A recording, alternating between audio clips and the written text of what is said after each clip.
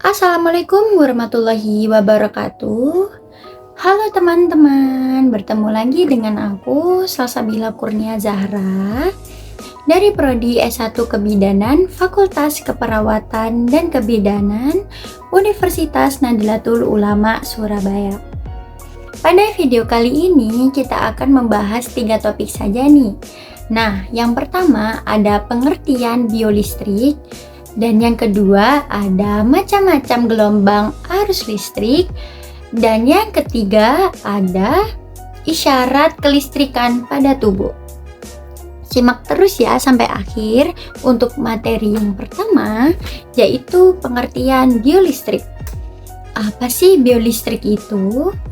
Biolistrik adalah istilah yang mengacu pada listrik yang dihasilkan oleh organisme hidup seperti hewan, tumbuhan, atau mikroba.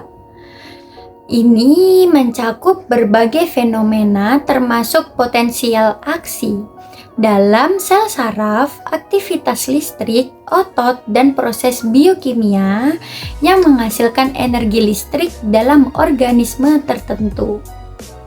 Biolistrik juga dikatakan suatu energi yang dimiliki oleh jaringan biologis dan bersumber dari ATP atau adenosin trifosfat yang dihasilkan oleh mitokondria melalui respirasi sel.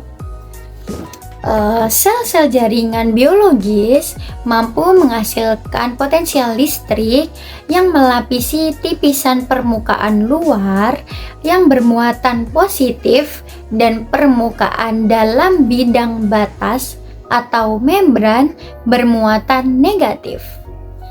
Di dalam sel terdapat ion Na+, K+, dan Cl- dan juga protein.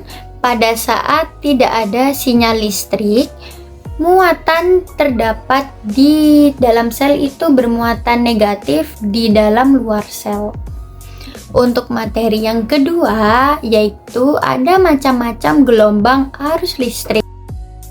Teman-teman bisa cek pada gambar yang sudah tertera ya. Kita mulai dari yang pertama.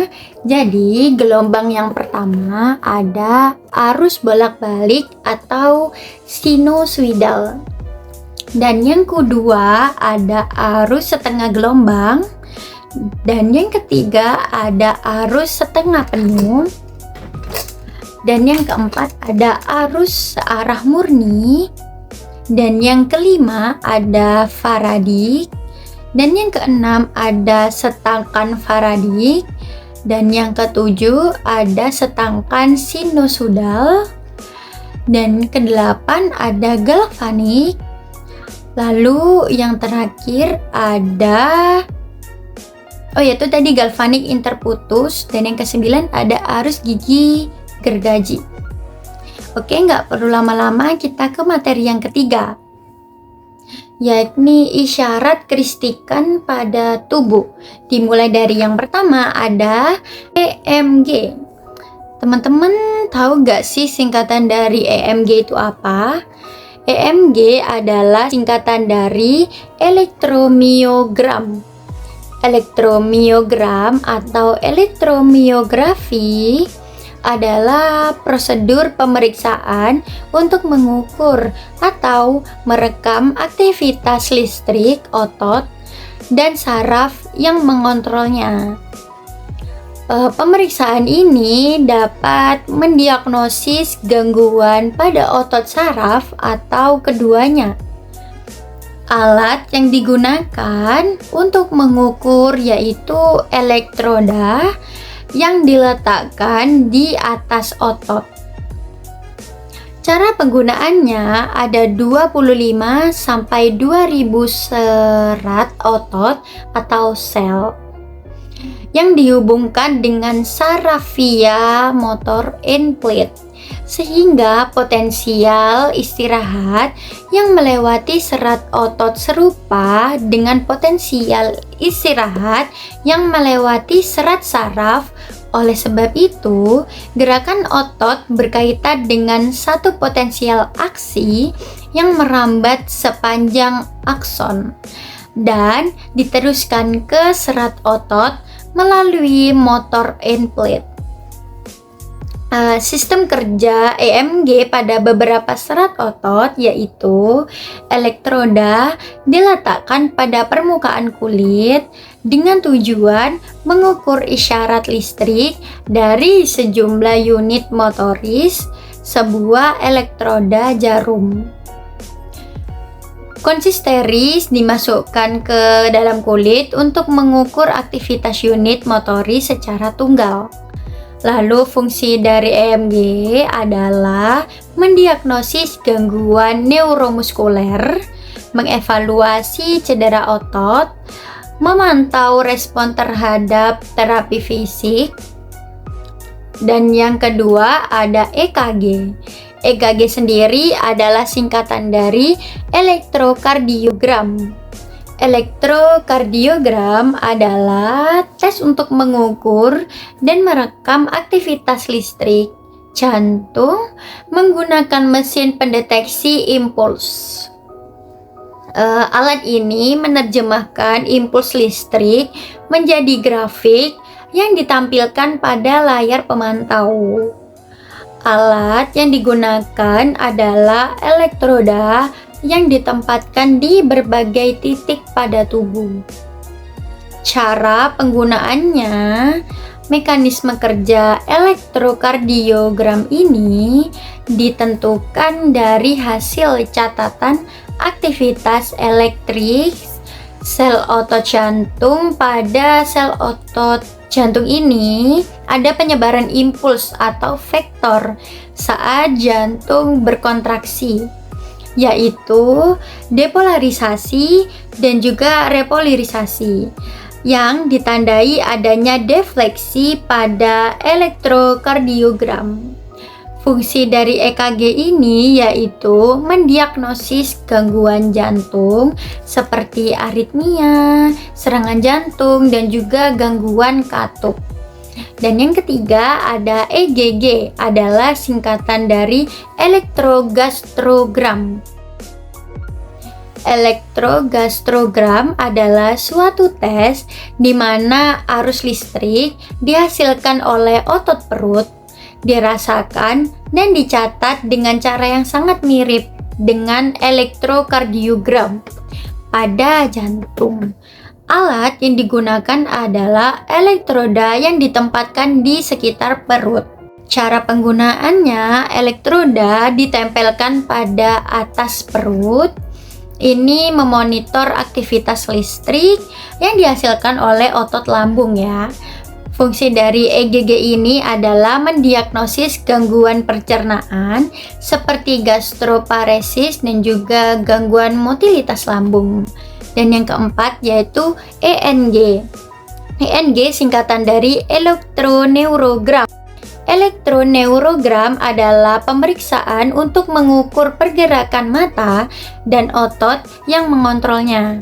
Tes ini umumnya dilakukan untuk mendeteksi gangguan pada sistem vestibular yang meliputi bagian telinga dalam, otot mata, dan juga jaringan saraf yang menghubungkan keduanya untuk mengirim sinyal ke otak.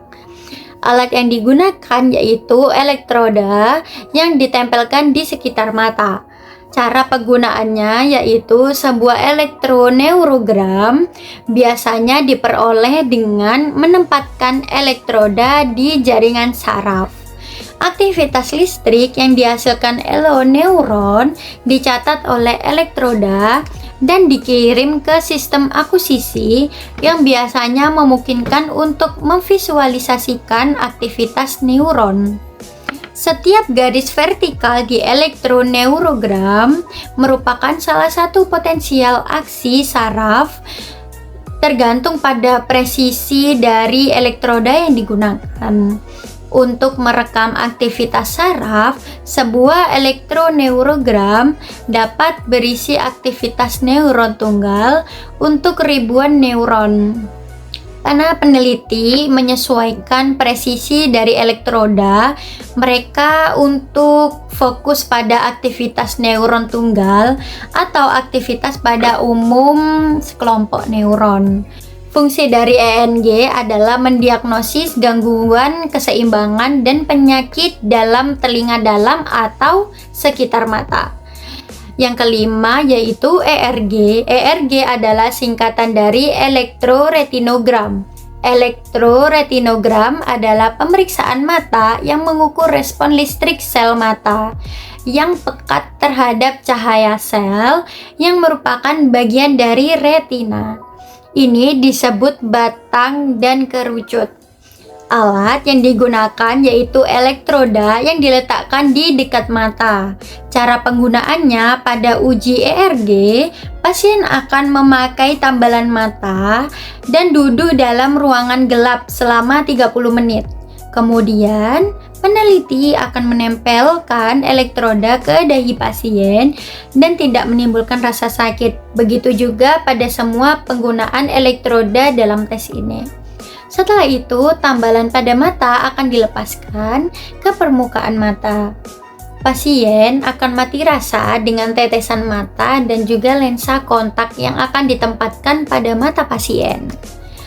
Pasien tidak dapat melihat, kemudian akan disorotkan sebuah cahaya dan mata akan berkedip.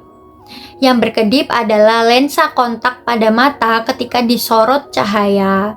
Fungsi dari ERG ini adalah mendiagnosis gangguan mata seperti retinitis, pigmentosa, dan degenerasi makula. Dan yang keenam ada EOG. EOG adalah singkatan dari elektrookulogram. Elektrookulografi adalah teknik untuk mengukur potensi berdirinya kornea retina yang ada antara bagian depan dan juga belakang mata manusia. Sinyal yang dihasilkan disebut elektrookulogram. Aplikasi utamanya adalah dalam diagnosis oftalmologis dan dalam rekam pergerakan mata. Berbeda dengan elektroretinogram, EOG itu tidak mengukur respon terhadap rangsangan visual secara individu ya. Alat ini digunakan yaitu elektrodanya ditempatkan di sekitar mata. Untuk cara penggunaannya pada pengukuran ini, elektroda diletakkan di kedua sisi mata. Potensial EOG didefinisikan sebagai 0 untuk mata yang melihat lurus ke depan ke titik rujukan 0,0. EOG sendiri memberikan informasi sendiri tentang orientasi mata. Selain itu, kecepatan anjular dan juga percepatan anjularnya juga dapat ditentukan. Elektrookulografi dapat digunakan dalam penelitian. Telah dilakukan banyak sekali studi EOG untuk menentukan efek obat pada gerakan mata sewaktu kita tidur dan sewaktu kita mencari sesuatu dengan mata. Salah satu penerapan klinisnya adalah pemeriksaan gerakan mata suatu nystagmus, yakni suatu kondisi yang berkaitan dengan gerakan-gerakan kecil pada mata. Sinyal EOG bergantung pada otot mata dan juga sistem vestibulernya, keseimbangan kedua mata kita. Fungsi dari EOG yaitu mendiagnosis gangguan penglihatan dan masalah saraf yang mempengaruhi kontrol mata. Dan yang terakhir, yang ketujuh, yaitu EEG adalah elektroensefalogram. Elektroensefalogram adalah tes untuk mengukur aktivitas listrik di otak. Menggunakan alat berbentuk cakram logam yang kecil atau elektroda yang terpasang pada kulit kepala kita. Tes ini dapat mengidentifikasi aktivitas listrik yang abnormal di otak kita, yang mungkin mengindikasikan adanya kelainan sistem saraf atau penyakit otak tertentu. Alat yang digunakan yaitu elektroda yang diletakkan di kepala. Cara penggunaannya yaitu elektroensefalogram dapat diukur dengan menempatkan elektroda di kulit kepala melalui tengkorak yang tidak terbuka atau dengan elektroda yang diletakkan di atas atau di dalam otak kita.